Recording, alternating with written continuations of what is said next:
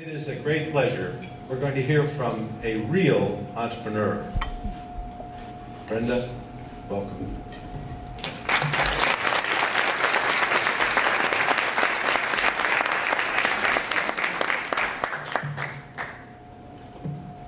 As we kind of look at what we see in the world today, there's a lot of talk about sacrifice and giving.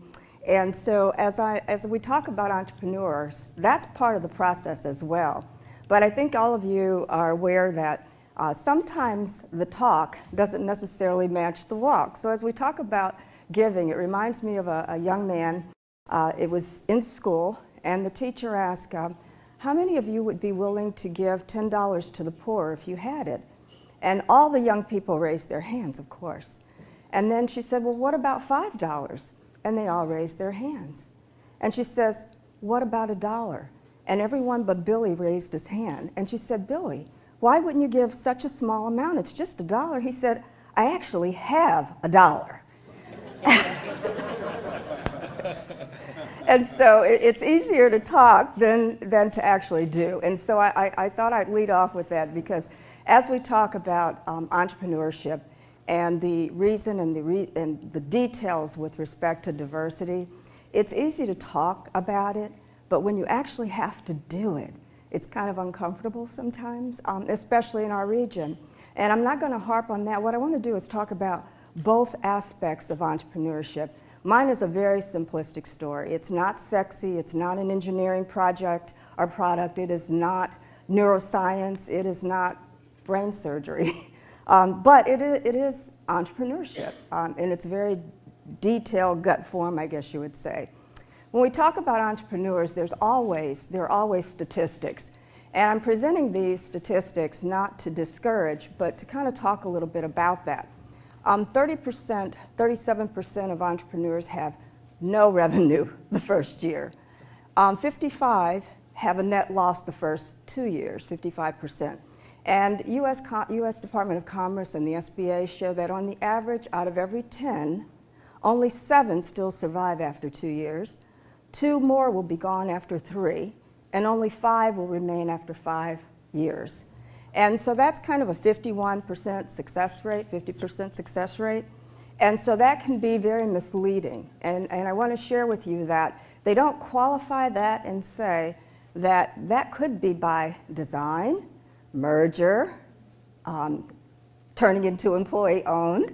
There could be many, many reasons that occurs, but keep in mind that it's still a challenge. Being an entrepreneur does not mean because the door is open, and I'm sure all of you know that, it doesn't mean that all of a sudden people will come to do business with you, minority or not. So our regional imperative is to ensure that we encourage innovation to prevent innovation stagnation. And there's a gentleman that wrote a book, Tyler Cowen, who wrote the book called The Great Stagnation. And basically, he feels that we've had it too easy in our nation, and that invention, occurred because people had to get things to make themselves more comfortable, air conditioning, to be very, very simplistic. And so now we're very comfortable, but we're now doing more innovation. Invention means doing something totally new that's never been done before. Innovation, of course, means making something better, are creating something that's different. And that's really different when you look at it versus renovation, which is, we all know, which now sometimes is called recommissioning, which is not everyone can build a LEED building, but you can modify buildings to take advantage of the technology today. So that's recommissioning, reinvention. And so that's part of the process of understanding as an entrepreneur. Are you inventing? Are you innovating? Or are you re-engineering, recommissioning? Those are very important elements so that you can determine where your focus might be. The regional imperative also is to provide access and opportunity, to be diverse and inclusive in thought, word, and deed, to encourage entrepreneurs to use all resources available, and that's partly why we're here today, to support local entrepreneurs with true opportunity, and to understand the visible reality of diversity. And I submit to you that in this room, it's quite diverse, the subject's diversity. But I also submit to you that if you walk downtown Clayton, lunchtime, evening, downtown St. Louis, during the business day, you're not going to see much here. If you go to restaurants here in St. Louis, you're not going to see much diversity. WashU's pretty ambitious, and they're doing quite well, but there's still work to be done. Diverse professors, diverse deans. So as a young person, with respect to our region, we bring young people here. They're very smart, they're intelligent, they are excellent because WashU wants the best of the best. But we don't retain them because we talk diversity. But the visible reality is you don't see it. And people want to be in environments that are very, well, at least young people who have the ideas, who are ready to create and be entrepreneurs, want to be in environments that are vibrant. And diversity does imply vibrancy. I will also submit to the regional representatives here and people that are trying to be diverse in their process, in their thought process, that if you don't purposely go after what you seek, you won't get what you want. You take the leftovers. So as a region, I have heard in the underground that people were concerned about diversity because it might bring to St. Louis unsavory elements. We all know what that means. I submit to people that you can choose the elements that our region attracts by choosing the best diverse organizations, people, employees, professors, deans that we can find in the world. We don't have to limit ourselves. They're out there, but it has to be done purposely, or you do get those elements you don't want by default.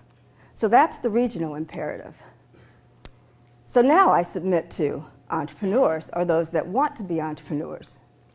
Besides the commitment and the sacrifice and the passion that is absolutely required, entrepreneurs have to seek all the resources available out in our region.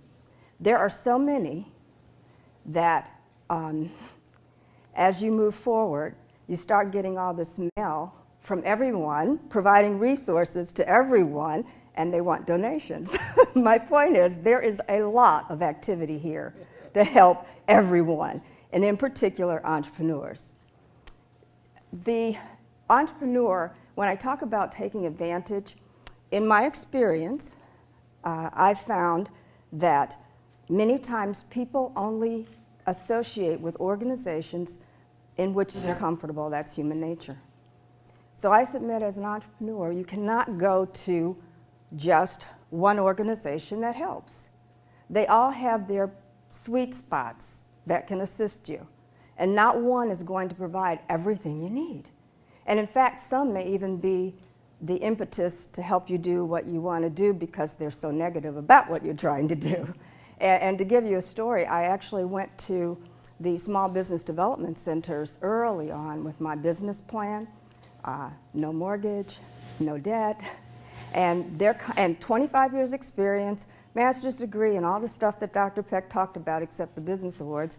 And they said, this was in '96, a woman, minority, entrepreneur, IT, forget it, it's never going to work.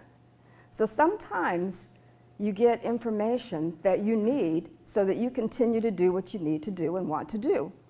Many people will join the Minority Business Council or NABL, the National Association of Women Business Owners, and that's all. Entrepreneurs, it's very important that you join organizations that represent every facet of you.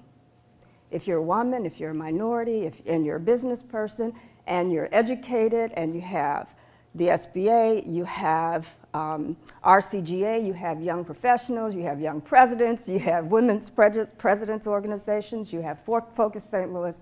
My point is, all of those organizations can be helpful and positive, but they also have their elements of whining Everybody does, right? I mean, you've been to them. We can't get any business, and that happens. And so it's important to kind of spread yourself out so you can hear a lot of the positives team with the negatives, because you have to be aware of the negatives, but not allow yourself to be a victim of the negatives, and that's a difference. These are some of the support resources, very few. There's a whole lot more, there's probably triple that amount, that are available in our region. And you're here today, you will hear a lot of information about all of these organizations. And each one has their specific niche. Nidus Investment Partners, the Consortium for Clean Coal Utilization, Missouri Venture Forum, St. Louis Enterprise Centers. There are so many, and if you don't know, that's why you're here, and I, again, encourage you to take advantage of them, utilize them. Even the Science Center, you'd be surprised at how much help they all have for entrepreneurs. To kind of give you the short version of the story, because you'll say, so how do you know? And so I'll kind of go through this a little bit. Again, no financing, no help, no nothing. First year's revenue was $36,000. There were 2 employees, and actually there was 1.5 me and my 14-year-old daughter that was still at home that helped put papers in the mail or whatever. Microsoft had 7 employees and $22,000 their first year. Our first 3.8, I specified, very detail-oriented years of business, it was 100% commercial versus government. And a lot of people, and again, this is this regional thing and somewhat stereotypical, a lot of people felt, well, you're probably just doing all government. Well, for those that do government work, I have to submit to you that that's actually one of the toughest, worst clients you can have. But at least they used to pay. I don't know if they'll pay in a couple of weeks, but at least they pay. And so they're very tough because you're bidding against all the other people in the nation. And even though you've heard about this program called Diversity, the 8A and all of that, you're competing against every other 8A that wants to bid on a particular project. It's just smaller projects than the big guys have. So it's not like the work's given to you. It's not. And then you still have to market. So at first it was commercial, and I was able to get to $1.2 million by the 3rd year, by the 4th year. But believe it or not, I still hadn't paid myself anything. And so that meant that everything was going back into the business paying people. And so as an entrepreneur, be prepared not to fund your lifestyle or your parents' lifestyle if you're younger. Be prepared to make some sacrifices, because that's what it's about. It just takes that bit of work. And again, with respect to when I talk about bidding, if you have an opportunity to do an SBIR grant, Small Business Innovation Research Grant, or have an opportunity to do any grants, take advantage of the opportunity. The first year, we finally received a government contract. It was our 4th year in business. That year, we submitted 43 proposals and won 1 at the end of the first year. And I'm sure you can imagine, at that point in time, I would spend like from 10 p.m. to 4 in the morning or so writing the proposals, because the rest of the day I had to run the business. And so it's just one of those things. But my point is, if you have a lot of other people working with you, and you should, as soon as possible, hire someone if you can. But if you have other people working, could you imagine what they would say writing 43 proposals? They would have left anyway. So my point is that, don't get discouraged, because it does take time to get those bids and proposals in place, to understand your market. In addition to doing the proposals, I had to actually go out to Washington, D.C. I had to go there often, and to the SBA, and to all these other organizations, to let them know what I was doing, why I was doing it, that I'm still alive, although I felt barely alive, but all of those things were required. The 4th year, that's when we started, as I said, government, and then we looked at top secret clearance and so on. And one of the other things I have to mention is, as a startup, you will be questioned constantly about your ability to have capacity and capability. It's just part of the territory. It doesn't matter who you are or how diverse you are or not. And so every time I went to an organization and they said, you know, I'd really like to use your company, but you don't have whatever it was. I went to try to get whatever it was, from a GSA schedule to the top secret clearance to making sure that I was certified as a woman. Look, but you have to certify that you are, and that I had to provide my birth certificate and driver's license. But the point is, you dot every I and cross every T that you can, and eventually people will run out of excuses. And so and I tell young people this as well, you know, if you need a bachelor's degree, go ahead and get the master's so they can't throw that in your face next time. And so it's just a constant process of dotting every I and crossing every T that you can, putting in those proposals, not getting discouraged, getting those grants together, and then still know that someone will come up with something that you don't have. I remember insurance, which is really bad now. I remember when we started the company and we provided insurance, and they said, well, you know, when you get up to 50 employees, you then have enough of a census that it will be less expensive for you. We got up to 50 and it wasn't less expensive. Then they said, well, if you only got up to 100 employees, so we got up to 100 employees, and by then the market really changed. And so, you know, we were up to 150 and insurance was still outrageous. But my point is, sometimes it is, don't take it personal, but the goalpost moves. The goalpost does move. Depends on who you talk to and what their mood might be. I remember an experience with a very, very large company in St. Louis. I had been referred to them by the Minority Business Council. Not a mistake, it just was. And the CIO sat down with me and he said, you know, I'm really only meeting with you because of that woman minority stuff, but I'll never do business with your company. I'll work with IBM and EDS. And so you get discouraged, or you say, well, the heck with you. And so you take that approach. You know that people will, that was the worst. No, it wasn't. That was one of the worst. That was one of the worst experiences, and those things do happen. And the reason I'm sharing it is because it's possible to move forward and not be a victim, and don't let other people define what you can achieve. Because there's always someone else that can help or give you that little message, and that's why you join all the organizations that you can fit into your schedule, because they each have a little something special that can help you move forward, that can help you move on. The revenues in '07 were 19.2, and then in March, as Dr. Peck said, we did go 100% employee-owned, and now we're into the 16th year. And I still say we because the company still has my name, but they're really running it. I don't do anything day-to-day any longer. But I'll get into exactly why that was the approach. But to continue on, just remember, 51% don't survive the 5 years. And so as you move forward, when you get, I remember celebrating every time. When we got to 2 years, I was very happy we had survived. When we got to 3 years, 5 years survived, 8 years. 8 years is another big piece of business growth, because by the 8th year, it's almost always important that you have to end up getting some major debt or financing. That generally happens over time. Sometimes you do it in the beginning, sometimes you do it later. What does Newberry do? Dr. Peck said it, and what I will tell you is that when you say IT, everybody thinks they know what it is. And so that reminds me of something else. So I'm at a conference, and there is a physician and an architect and IT professionals at the table. And because it was the end of the day and they were in the cocktail hour, they started talking about the oldest profession. And so the doctor said, well, pulling a rib from Adam's side, that's surgery, that's a surgical procedure. A doctor, that's the oldest profession. And so the architect said, nah, no, in the beginning there was chaos.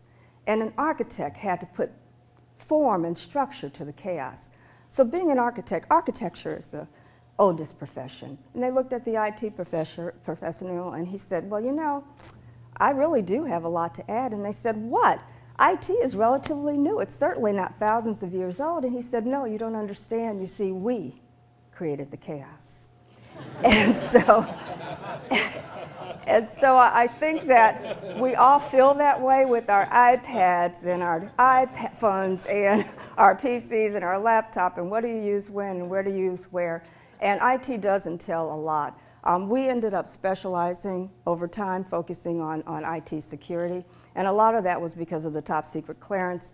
Again, as you're choosing your focus, try to find something within your service or product that's unique, that hasn't been done, or that's innovative, or that's less competitive. Not a lot of companies can get a top secret clearance. And so that's one of the reasons we focused on that, because it limited the competition. And of course, who's going to be stupid enough to do something where you have to compete with millions of people when you can do something where you're competing with thousands? So really think about it. But no, there will be competition. You know, there's a lot of McDonald's out there, and they're all making money, but there is competition because there's Burger King and so on. So there will be competition. With respect to being an entrepreneur, you will have diversity, seek assistance, make sure you get additional knowledge, education wherever possible. Know that the economy will kill you every time you think you're making progress. It's just part of the process. We got hit with year 2K, we got hit with the 9/11, we got hit again with the dot-com bust. So those things are going to happen. You will get hit, and so prepare for it. It's not easy, it's difficult. Hiring and firing, that's probably the most difficult piece. Sometimes people ask, you know, are you going to start another company? And I'm older now. You know, Dr. Peck said retirement twice, so I'm older now. And I have to say that, you know, I don't want employees ever again. I love people, I do, but, you know, working by yourself is much easier. So as you hire and fire, just keep in mind that it is tough. It is tough work, because you have to know when to hire, you have to know when to fire. But more importantly, when you start your company, it's a different talent than 3 years in, and 5 years in, and 10 years in. And sometimes people won't deselect, and you have to help and encourage them to move on, because they're no longer, you're not their mom and dad, like the startup mom and pop, you're now a larger corporation, and it's a different talent. So not everyone will be with you forever, and you have to go into it knowing that that's the case, and accept that. But that also means getting your infrastructure in order, because if you don't have a strong infrastructure, a single person could kill your organization. And the only person you want to kill the organization would be yourself by choice if you own the company. And so be very, very selective in hiring and firing, and know that no one's there forever. There will be corporate politics as soon as you have 3 employees. When you add that next one, trust me, people are jockeying for positions all the time, even when they're not even in the same field. It just happens. And then seek opportunity. It is continuous. A contract is a contract. It is not forever. It generally has a period of performance. So just because you get one, you can't stop no matter how good it might be. You have to go for the next one, and you have to continue marketing, and you have to almost, as a business owner, as an entrepreneur, it's important to act as if the next contract is mandatory for your business, because you're about to lose the one you have. No matter what the period, if the period of performance is 10 years, still go after additional work, because no work is guaranteed forever. This is a company that existed a while back. Would you all invest in this company? You all know who it is? Microsoft, exactly, in 1978. Microsoft also ran with no debt. So again, prepare to run the first couple of years with as little to no debt as possible. But there are startups such as manufacturing and the sciences and engineering where you do have to get that startup capital. Use the resources here in St. Louis, in this region, to try to get that startup capital. To the regional representatives here, please support local entrepreneurs. This region has a terrible track record of supporting entrepreneurs, whether they've shown capability and capacity, or whether they're startups and they need VC money. Organizations continuously move to get additional financial resources. So one of the regional imperatives is support the local companies. What I will share with you, and I hope people don't mind some of the stuff I'm saying, is that many local companies will tell you most of their business is not within this region. What I shared with you on our revenue, less than 1% was done with any local company. It was all done outside of the region. And so, does that make you bitter? Well, try not to be bitter. You know, life is, again, tough, and you still support where you are. I mean, that's the important piece. And I submit to you, make sure what you do, it puts you in a position where you can always look yourself in the mirror. So if you support the region and you don't get the business, at least you've done what you were supposed to. And I often say, give first. If you can give to local organizations, nonprofits, and time, talent, and treasure, do so, because that's what you're supposed to do. It's life, it's part of the territory. And a lot of times your gifts aren't going to come from where you give them, they will come from other places. And so I have to submit that we were blessed and our gifts came from other places, but it didn't stop me from being committed to the region. It's still important to do, because you don't change it by running, you change it by being actively involved and engaged. Do you want your organization to last beyond you? Are you creating it to sell? Are you going to go public, private? Are you going to promote from within and have someone else run it? Are you going to keep it in the family? Are you going to do employee stock ownership? What are you going to do? It's very important to determine how you want to structure your business so that you operate accordingly in your branding, in your marketing, in your research, in your development, and how you structure your infrastructure. You can keep it very small if you have a bad infrastructure. But if you have a strong infrastructure, now you're preparing it to sell or go public. With respect to us, we had she's 32, my oldest is 32 now, my youngest is 28. One's an attorney, and she didn't want the business. Her husband has a PhD in mechanical engineering. He said, why don't you give us 20 years? Well, in 20 years, I would be older than I want to be to run the business. So I was like, no, thank you. And the youngest is more into philanthropy. She basically did Teach for America after her undergrad, and she serves as a director of Urban League. So they had no interest in the company. And so we needed a way for the company to survive. We had 150 employees who were counting on that paycheck, who were counting on a company that would last. And yes, even in this economy, it was hit with some things, but the point is it's important to determine how you want the end to be for your company, so that you begin to structure and operate accordingly, and you hire people that are beginning to think the way you want your company to move forward. And as I said, no, it could change. We thought it would be family-owned. So are you an owner or an entrepreneur? If you are an owner, you don't think like this. I did nothing today and still got paid. That's employee. So if you think that way, you're not ready. And think about it. If you go and a printer's not working, and you have to go find someone to fix that, you might want to rethink being an entrepreneur. Because you're going to have to do everything in the beginning, unless you're financed. And even if you are, if you get investment, if you get venture capital funding, I pray that you use it well. Don't use it to pay yourself first.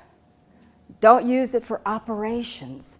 Use it for strategic initiatives to move your company forward. If you're just getting the money for your own paycheck, it's not the appropriate way, and you ruin it for everyone else afterwards. Because that's not why people invest in a company. They invest it for the return on investment, as will you as an entrepreneur. All right, the basics. Hire carefully and know about how we have to change employees sometimes. Have strong integrity. That's very, very important. Belief creates results. So make positivity rule there. Have purpose. Make sure you know that it's not just about you. You're working for the community. You're working for your employees. You're working for your banker and your attorney and your accountant, but it's not just about you. What you do impacts the community, and it adds to the revenue and tax base for everyone. Have judgment and discernment. Hard work. Make sure you maintain accountability for your results. Know that failure brings knowledge. And so always expect to have things that aren't working, but it's learn from it, because we all do and still are learning from it. And then use all the resources that you have time for. As I share, and maybe some of you know from the background, if you talk to some people from MasterCard, there were days when I worked for someone else that I would go in at 7 and not get home till 2 or 3 in the morning. And so it's about time, it's about commitment. And if you don't want to work that hard, you probably shouldn't be an entrepreneur, because you might have to in order for it to be successful. And everyone defines success their own way. And so think about what that means for you. Do you want a business that's just going to support your day-to-day? Or do you want a business that's going to support the community and other employees to feed, clothe, and shelter their families? Think about what type of business you want. And now I open up for questions.